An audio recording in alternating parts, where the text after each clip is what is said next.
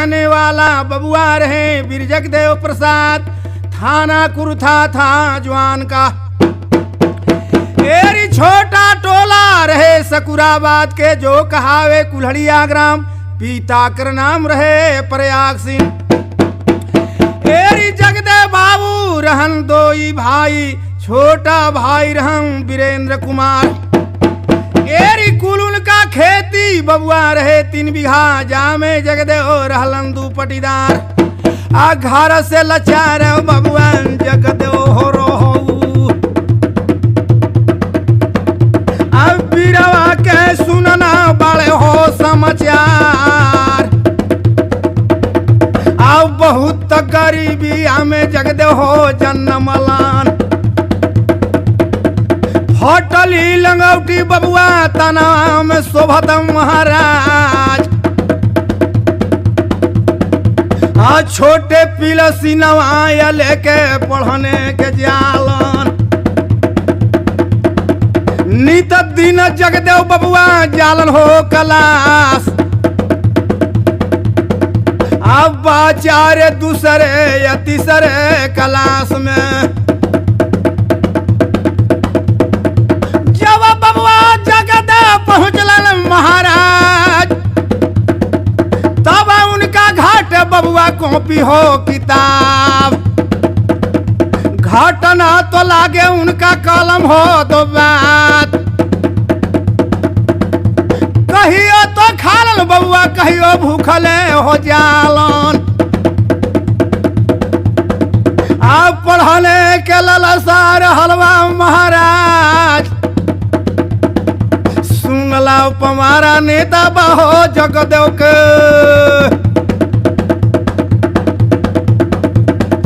सुनला पमारा नेता जगदेव के महाराज, भूखले कलशवा में जगदेव हो पहुंचलन। एरी पढ़ने में मन लागत ना रहे, नेता जगदेव के मन पर रहे उदासी छाए। एरी झर झर पानी गिरत रहे नैना से, नजर पड़ई थे जब मास्टर साहेब के। अपना कुर्सी मास्टर जी बबुआ छोड़ दिए महाराज, जाके पूछे बबुआ लागत बा जगदेव से। आज सुना सुना बबुआ जगदेव है प्रसाद, कवन चीज के जगदेव कमी तोरा भइले। काहे जगदेव रोबत बा कलशवा में जुआन, हमरा से कहीं बबुआ बड़े हो बताए। बोलता रे नेता बबुआ जगदेव प्रसाद, नहीं कोई अखियार देलक रे दिखाए। 2 दिन से भूखले कलशवा में आवऊ महाराज, मनवा न लागे सरबा पढ़ने में। मनवा पर हले उदासी अच्छा, झरा झरा पनिया चलता नैना से। इतना बात जब मास्टर साहेब सुन ले, आ धरली गाटा मास्टर साहेब जगदेव जी के। आ कहले कि चला जगदेव हमरे डेरा पर, आ तोरा भोजन जगदेव देव करवाए। इतना सुन के जगदेव बाबू मास्टर साहेब के साथ चल दिए सरकार। अब पहुंचे जगदेव बाबू जब मास्टर के डेरा पर, अब भोजन करावत मास्टर बाहो जगदेव के।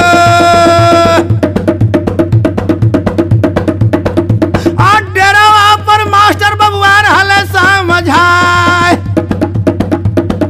सुन सुन बबुआ जगदेव प्रसाद, पढ़ने में तेजा बबुआ जगदेव तू रहू।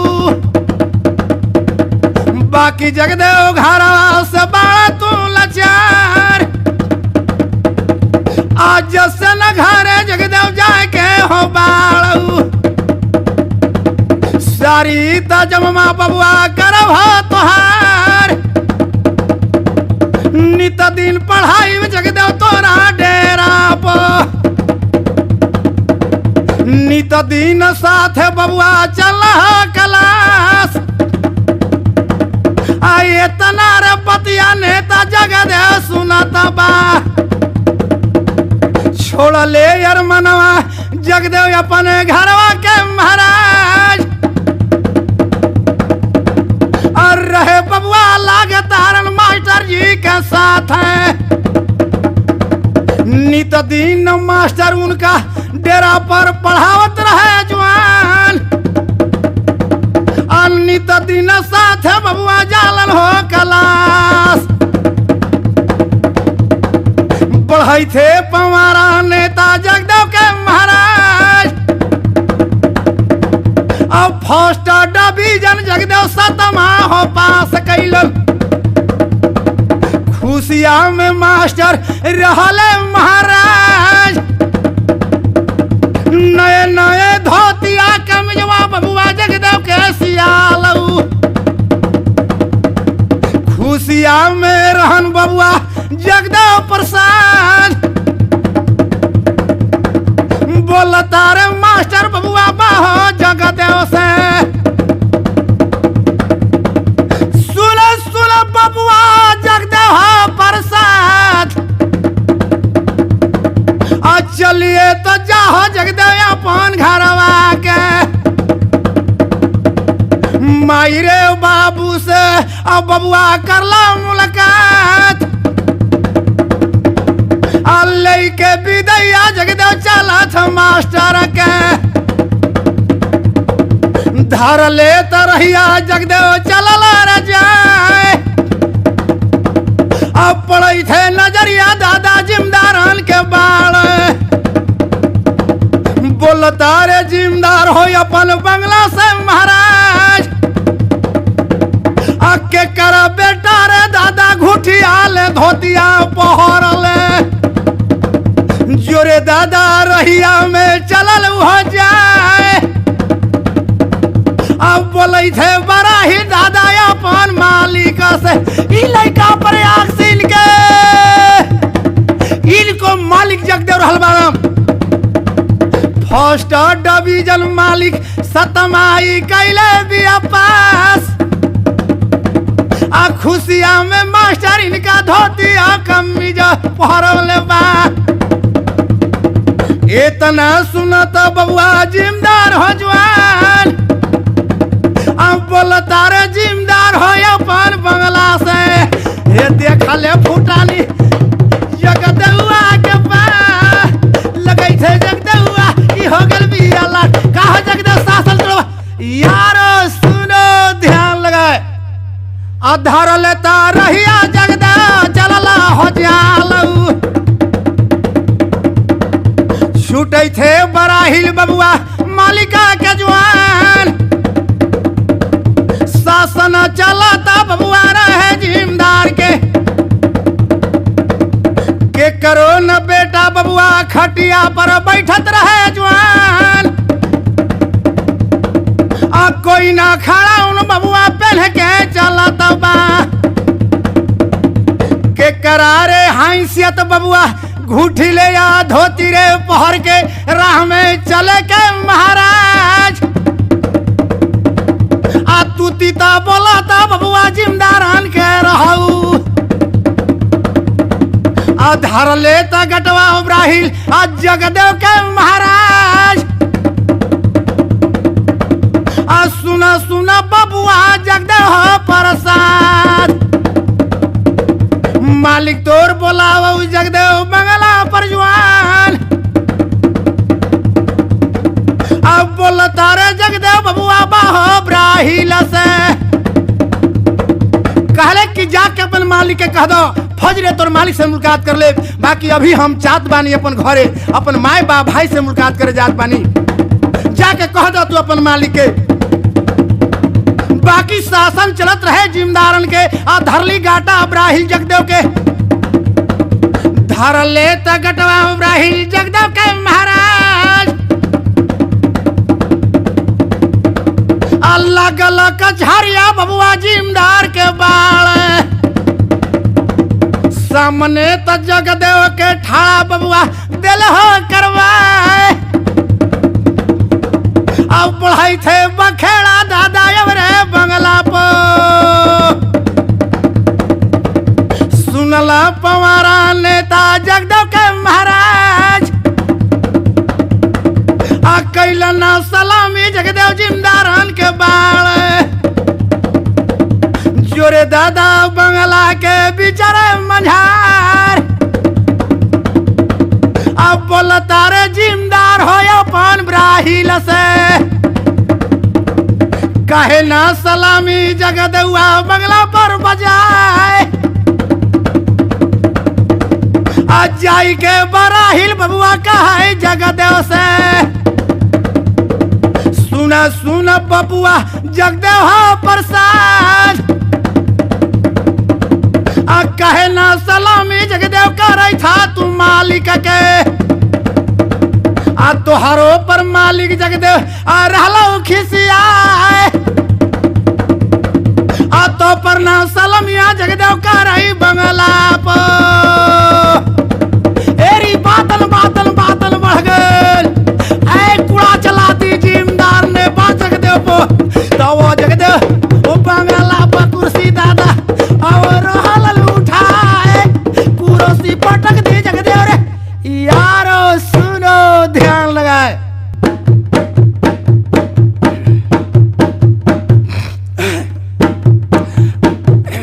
ए जी यहाँ की बात है बबुआ यहीं पछाड़े बढ़े पवारा फिर आगे का।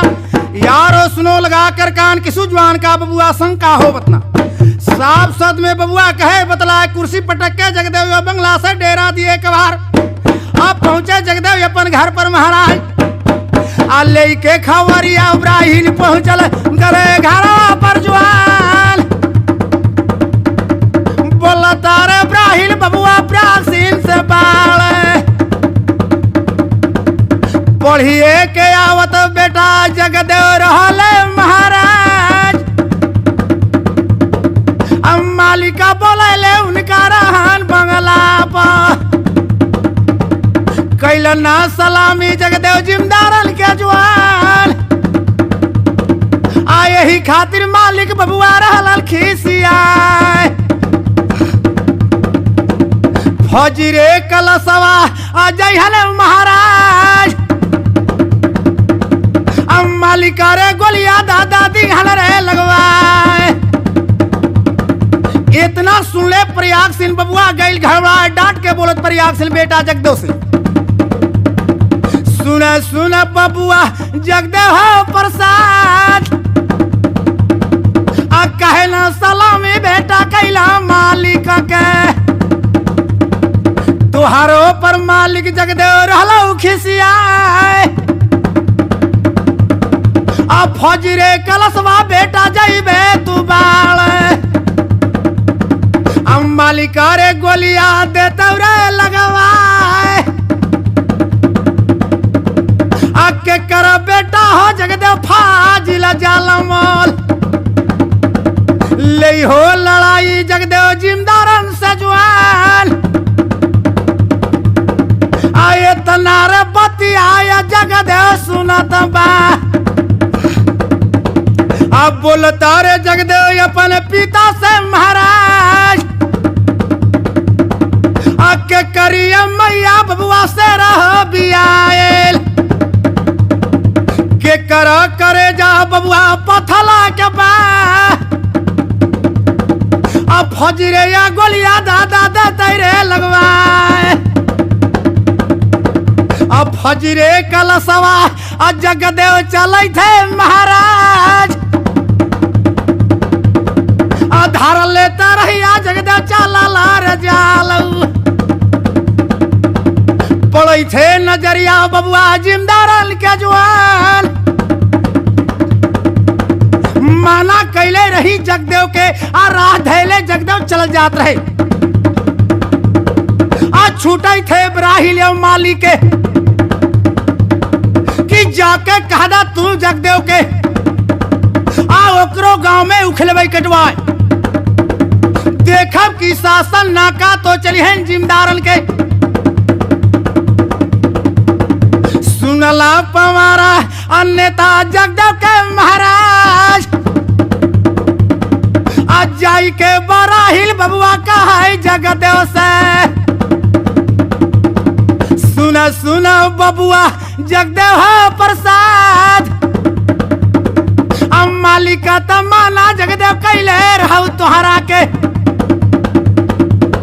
आ तोहारो गौवा में मालिक उखियाली हन रे कटवाए।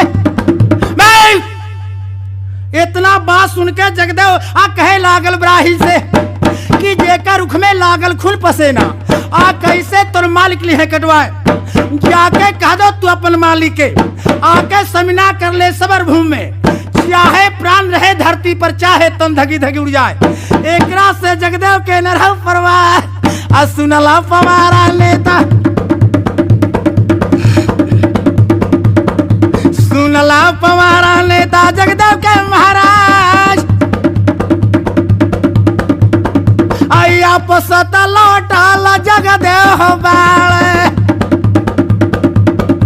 जाई के बराहिल बबुआ कहे लागल अपन मालिक से महाराज अब बड़ा तो टहुआ के मालिक जगदेव बोला तबा ये कर काता उख में खून पसेना लागल आ कैसे मालिक तोड़ ले कटवाए।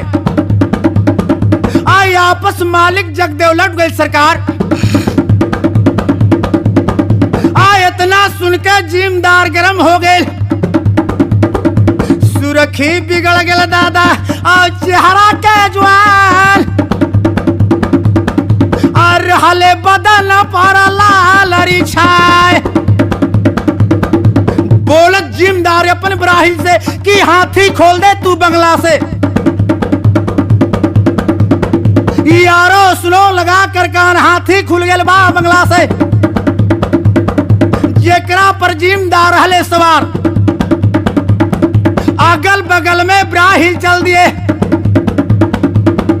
हथियार रुकई थे बबुआ जगदेव के गांव के गौड़ा में महाराज। कितना तो डर अपन द्वार के फाटक लगावे लगल सरकार। बाकी जगदेव बाबू नहीं खे कैले रहन परवाह। सुनला पवारा नेता जगदेव के महाराज आ खूंटी से गासवा जगदेव हाथ में उठावई। गांव के गौड़ा में नेता जगदेव निकल गए महाराज। अब पड़े थे नजरिया बबुआ अब ब्राहिल के करे थे इशारा ब्राहिल अपन मालिक के महाराज कि हाथ में गला सा मालिक जगदेव हो ले बा। बिलही चमके लगल ब्राहिलो के ज्वाल हथिया से बोलत बबुआ जिम्मेदार हो बाळे। सुन सुन बबुआ जगदेव हो प्रसाद आ तोहरो नौखिया जगदेव हम रे काटू। एकरा से कवन जगदेव तोरा पड़ो दरकार। अब 12 बीघा के चकला जगदेव तोहरा के देवो। बाकी जगदेव तोरा बोले के ला दरकार। अब बोलता रे जगदेव बबुआ जिम्मेदार से बाळे। 12 बीघा के बबुआ नहाउ दरकार। आई जता तू चाही बबुआ बाहो जगदेव के आपस लौटी जा इना महाराज। मारा लगा सवा जगदेव बाहो हाथी आके हाथी भाग चलल मैदान भय भगेड़ा जिम्मेदार के हलचल मचर है पूरे जहानाबाद डिवीजन में। यारो सुनो लगा कर बदल लगा लोहार सीन के दोधा सुनो ध्यान लगाए।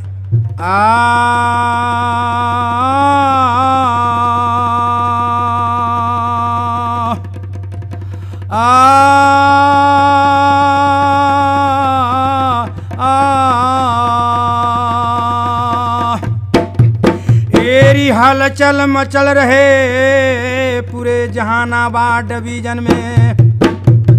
यारो सुनो लगा कर कान, कठिन लड़ाई है नेता जगदेव का। जैसे बबुआ जल नहीं ओरियाए, 4-5 बबुआ आ घंटा लगी है, तब जाके बबुआ थोड़ा हुई हन अदाए। अब बढ़ गईल पमारा नेता बाहो जगदेव के। बिरला का सुन बबुआ ध्यान हो लगाए,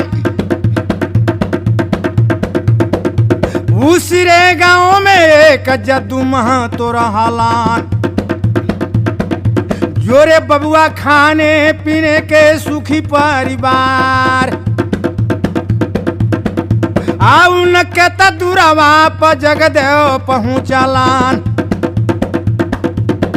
आ करता सलामी जगदेव जदू सिंह के बाल। आ सुना सुना चाचा यव बतिया हमार, पढ़ने के ललसा चाचा रहल हमरा के। बाकी चाचा घरवा से बानी हम लाचार, थोड़ा सा मदद चाचा करती हमरा के।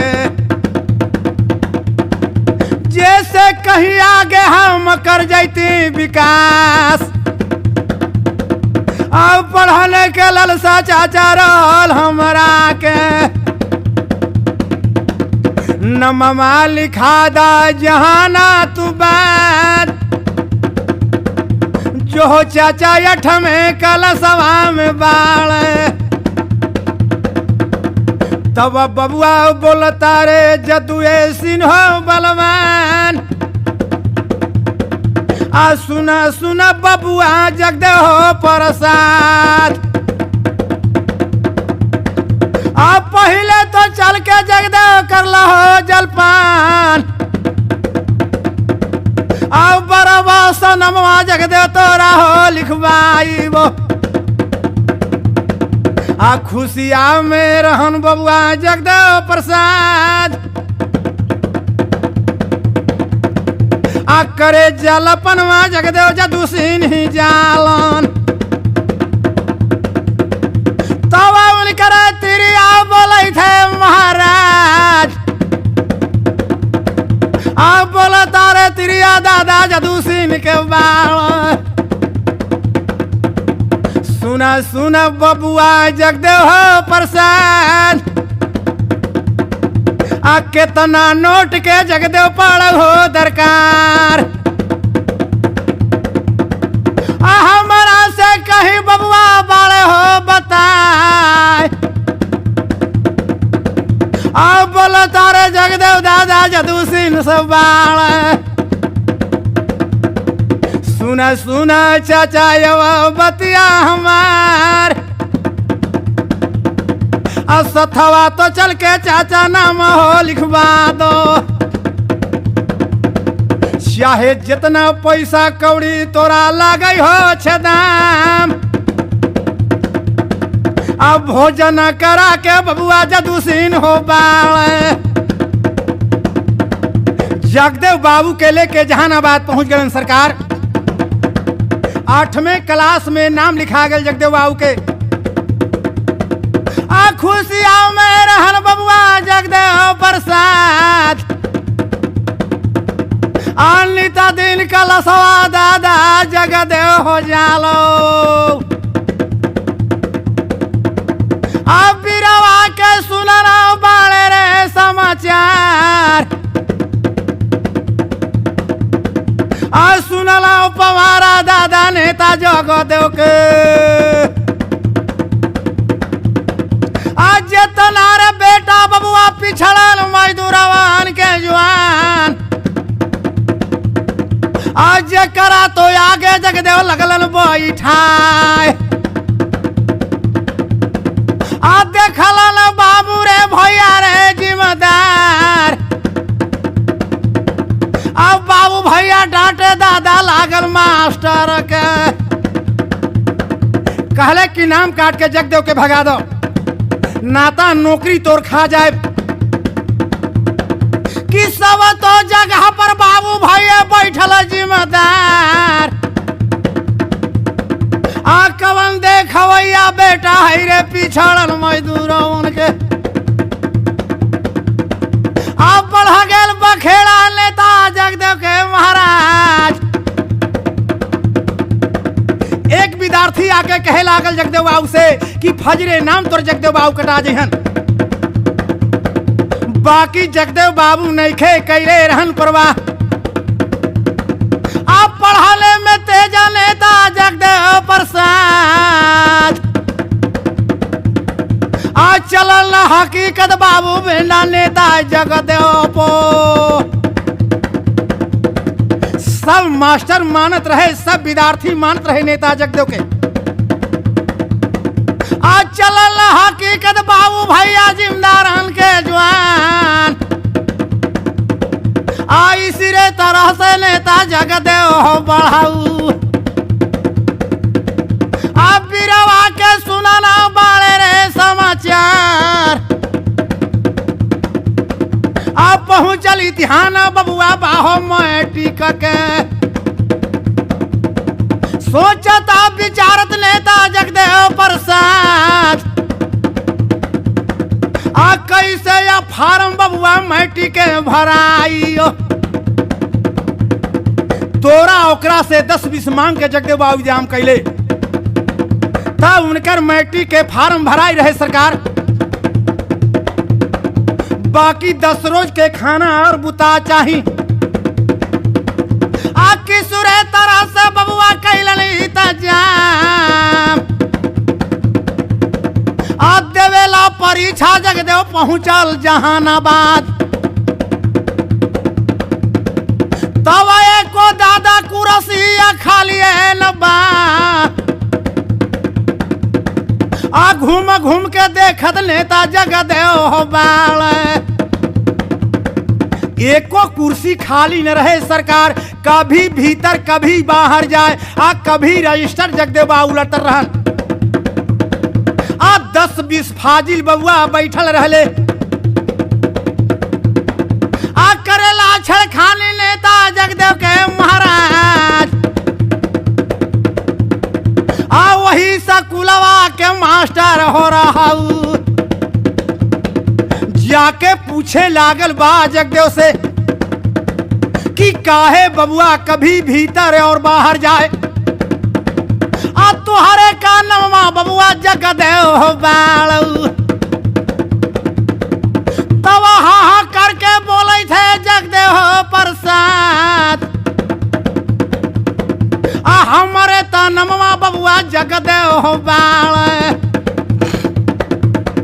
तब मास्टर बोले लागल बा जगदेव से आ सुना सुना बबुआ जगदेव प्रसाद आ कहो जगदेव देखने में अनफिट लागत बा। आवतावा तो रजिस्टर जगदेव आगे हो पटकलोन। धीरे धीरे कुर्सी बबुआ खाली होवे लागल महाराज। बाहर में बाबू भैया फाल्टिंग बनलोन। बहरी निकल जो जगदेव तुझवान सुनला पवारा नेता जा हो जगदेव के। यारो सुनो ध्यान लगाए एरी यहाँ की बात है बबुआ यहीं पछाड़े बढ़े पमारा फिर आगे का आ देकर परीक्षा नेता जगदेव आ घर पर लौट गईलन महाराज। तब उनकर घर पर पिताजी रहले बीमार आ सोचने के विषय बन गए नेता जगदेव के। बाकी किसी तरह से बबुआ पिता के इलाज कर रहन सरकार आ एकरे बीच में निकल रिजल्ट मैट्रिक के। आ सुनलन नेता जगदेव प्रसाद की निकल रिजल्ट मैट्रिक के। तब पेपर में पढ़ के देखे खातिर जगदेव पहुंचल जहानाबाद। जो स्टेशन पर जगदेव बाबू रहलन ठाड़ कि केकरो हाथ में पेपर देखब हम मांग के पढ़ले सरकार। बाकी भोरे से गई दोपहरिया हो गई अब पेपर न मिलल नेता जगदेव के महाराज। आ कभी बबुआ इधर आया कभी बबुआ उधर।